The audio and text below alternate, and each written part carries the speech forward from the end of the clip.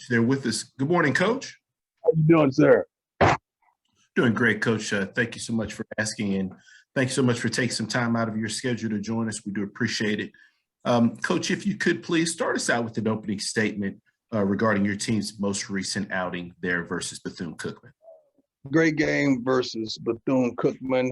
First and foremost, I got the utmost respect for Bethune Cookman and what they've endured throughout the consequences of the storm, and how they've just rallied to stay together. The kids have been from city to city, state to state, and they haven't given up. They haven't quit, and they're in need of resources and help. And I wish we could just rally together and kind of give them some type of assistance.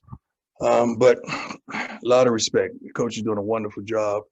Love him. I appreciate him. I wish him the best throughout the entire rest of the season. Onto the game. Tremendous output from the offense, especially in the first quarter. We came out on humming. Defensively, they did what they normally do. They had 7 sacks, tied NCAA record with, I think, 3 safeties. We was allowed only 3 of 16 on third downs. Offensively, almost 500 yards total. Quarterback had a pretty decent game touchdown-wise, but also career-high interceptions of 9 different players caught passes. We came to play on all 3 phases. Special teams contributed dearly, and we got the victory. And it's a great crowd, surprisingly. I mean, it was a great crowd there in Jacksonville. The city did a phenomenal job. Didn't look empty whatsoever. They did a phenomenal job of being a host city. So my hat's off to everyone at Bethune as well as Jacksonville. Appreciate those comments, Coach. We'll now open it up for questions. First question goes to Charles Bishop. How you doing, Coach? What's up, boss man? How you doing, sir? I'm doing well. I wanted to ask, and you alluded to it in your opening statement, but the fast start by Jackson State's offense has been something that you've been preaching now for the past few weeks in regards to getting out the gate fast. How gratifying was it to see this offense to look like it did opening week? It was good. We changed some things. By the way we practiced, by the way we attack practiced, 1s versus 2s, 2s versus 1s, giving the scout team a break a little bit so we could get some more competition. We did some phenomenal things in that regard. And we came out a little earlier than we normally come out, so the guys could get acclimated to the atmosphere, acclimated to the climate. And they showed up. We've been preaching fast start for the last couple of weeks, and they showed up. They got it done. Sure thing. Thus far, Campbell, out of conference game, they've started off 2-0 in Big South. But what has been your overview of this Campbell team coming into Jackson this weekend? First and foremost, Coach Mentor, fellow former NFL player, doing a phenomenal job with this program. I think he's been there approximately 10 years or more, but he's been in the coaching for quite some time. I mean, he was a tough, gritty, hard-nosed player that took no junk, and that's the way his team takes the field. They're gritty, tough, hard-nosed. They're very disciplined, very strategic. I like what they're doing offensively. Defensively, they're stout. They got some guys that can get after the passer. Got some high-ranking recruits. One of them, I believe, has an interception. Yeah, third-ranked guy in FCS, 20 tackles on the season, interception. He's doing Rouser, I believe, that's the name, if I'm incorrect. Correct. Yes, sir. They're doing some wonderful things, man. I really have a lot of respect for Coach Mentor and what he's accomplished there. Sure thing. Appreciate it, Coach. Thank you, my man. Next question goes to Zach McKinnell. How you doing, Coach? How you doing, sir? Before we get into the game, can you speak quickly about how important it is for you guys and what Mike Mentor and Campbell's doing in terms of the recruiting trail, in terms of really being, you guys both last year had 2 of the highest classes in FCS history. How important is that for the rest of the FCS and for future high school recruits to see that Miles Rouser, Travis Hunter, or Shador Sanders can be successful at the FCS level? Well, it's not just getting those guys, recruiting those guys. It's winning with those guys. It's getting these guys developed so they could go to the next level. It's one thing to get them, but now you got to develop them. You got to win so that you get the eyeballs of the country, because we can say what we want. The team that wins the most in the NFL, the most guys go to the Pro Bowl, normally are the top teams. So you got to win, but you got to develop these guys. But it's wonderful. What he's doing over there is tremendous, and I'm proud of him. And then the second question comes, Campbell statistically has the biggest offensive line at the FCS level. Could you speak to some of the challenges that presents for you guys and what you've seen on film about that offensive line and what you guys have to do to slow down that rushing attack? Well, when you hear of a big line, you normally hear about running the football. We pretty good in running the football as well as throwing the football. I mean, we really have a balanced team that presents you with some advantages, but also is disadvantages as well when you get ready to throw the darn football, because those big guys got to move. I remember when I first got here at Jackson, I think we had two guys with like 800 pounds between the two. I got them out of here so quick, but they they couldn't move. The only time they moved is at the training table. They moved really well in there. So it's not always what you think, but in those regards to the two guys from Campbell, they can get down. They can move. Thank you, Coach. Good luck this weekend. Next question goes to Dr. Campbell. My man. Hey, how's it going, Coach? This is Kenyatta, Dr. Biz. I'm doing well. Dr. Biz inside the HBCU Sports Lab. Want to talk about the previous game a little bit about how balanced you were offensively, running the ball, and also in terms of throwing the ball. But the fact you were able to do it with such diversity of the number of players, how much is that purposeful about recruiting at a high level, but giving folks that practice extremely hard the opportunity to get game time? Well, it's very vital because these guys work their butts off and they want to be rewarded at some point in time. All three of our backs that you saw mainly, there were starters at one point this season. A guy might have fumbled that lost his job or didn't have a great practice that lost his job.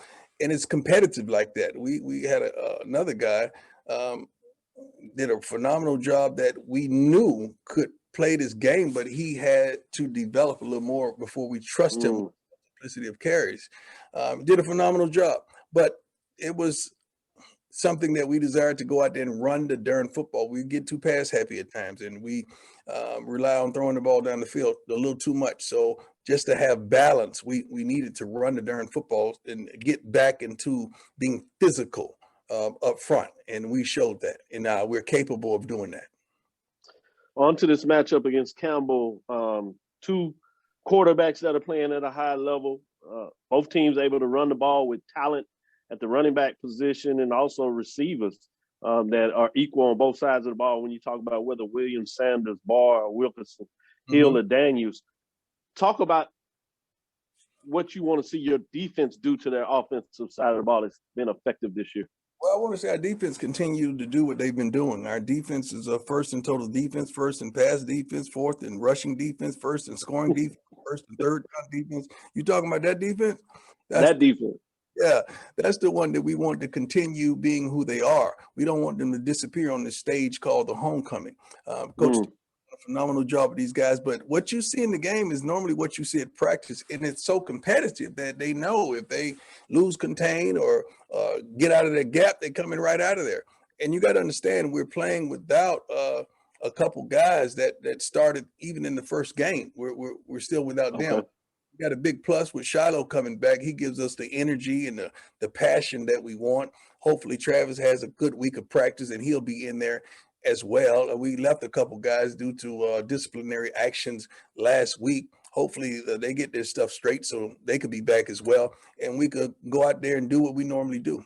Practice, play at a high level and compete and force turnovers. Thank you, Coach Prime. Look forward to the matchup this week. Good luck. Thank you, my man. Next question goes to Wilton Jackson. Hey, Coach, how you doing? How you doing, sir? Doing good. I have a question for you. The last couple of weeks, you talked about being another opponent's homecoming. Now it's your homecoming. How do you feel about that?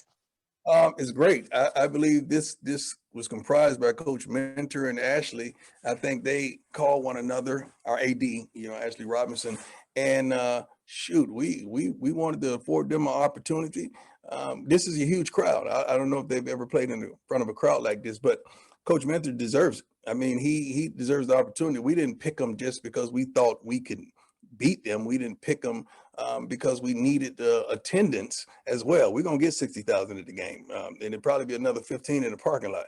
So it wasn't that approach that some other schools may have those approaches. We don't function like that, but we know how other schools function. But this is a tremendous opportunity for both teams. We're playing against an opponent that can come in here and win. It's not an opponent that can come in here and lay down. They're not going to do that. They're not taught that way. They're not built that way. They're not coached that way. So this should be a great contest, and I look forward to it. Absolutely. And one other follow-up. You talked about it in your opening comments in regards to having the quick start on offense. How do you duplicate that success against a good, solid Campbell team this week? Practice. We practice how we play, and we pray to play how we practice. Practice is everything for us. I know how we're gonna. I know what we were gonna do on fourth downs last week. We were garbage. I think we was 0 for 4 on fourth downs conversion. The only reason I went for them because we was in a situation where it was too close to punt and too far for a darn field goal. So if we got in, the defense was playing excellent, but we were horrible during the week in situational football. Sometimes at the end of the practice, I put us in certain situations just to see how we would react. And we didn't react well in practice, so we didn't react well in the game. Thanks, Coach. Thank you, sir. Next question goes to Ken Rashad. Coach Ken Rashad, HBCU Sports. Let me take a moment to congratulate you on the 60 Minutes interview that aired on yesterday. But I do want to ask you, during that segment, you indicated, and you said frequently in the past, that you were never recruited by an HBCU coming out of high school. Right. However, an interview that was conducted by Rob Calloway last year with Hall of Fame head coach Rudy Hubbard at FAMU, Coach Hubbard described in quite a bit of detail of the steps that he took to recruit you to FAMU, in which he indicated that he didn't necessarily have the budget to bring you there, but you indicated to him that once you made your visit to Florida State, that you would indeed take a moment to go by the campus. Do you recall that experience? Not whatsoever. I don't want to, let me be careful with this, because Coach Hubbard is a hero to me in the coaching carousel or circuit or pedestal. I don't know what word to put in there. So I want to be very careful with my words. I don't recall that. It may have happened, but I don't recall it. I really don't. And you got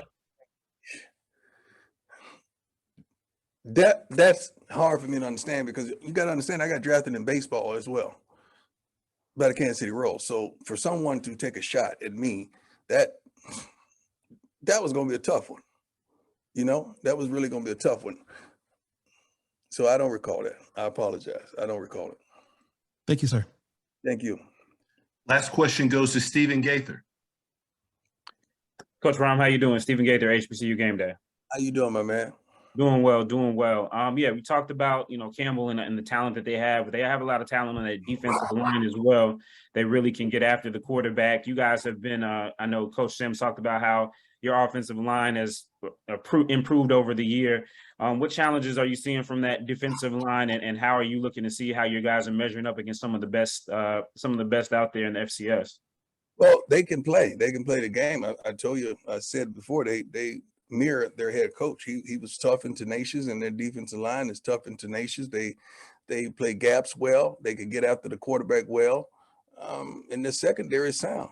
So it's a great matchup. I mean, we feel like we have answers, but it's going to be a great matchup. It's not like we're going to go out there and just roll out and put our uniforms on the field and they're going to lay down. They're not going to do that. So we got to go out there and really be who we're supposed to be and perform.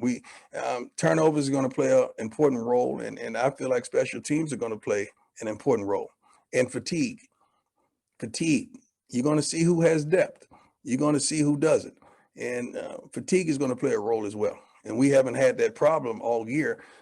Usually the team that's losing is always tired, and that's ironic how that happens. But fatigue is going to play a major role, and we pray to God that we're the ones in shape. Appreciate it, Coach. Thank you, sir. Coach, as always, we appreciate your time. We look forward to speaking to you again next week. Thank you, and God bless you all. Have a great day. Thank you.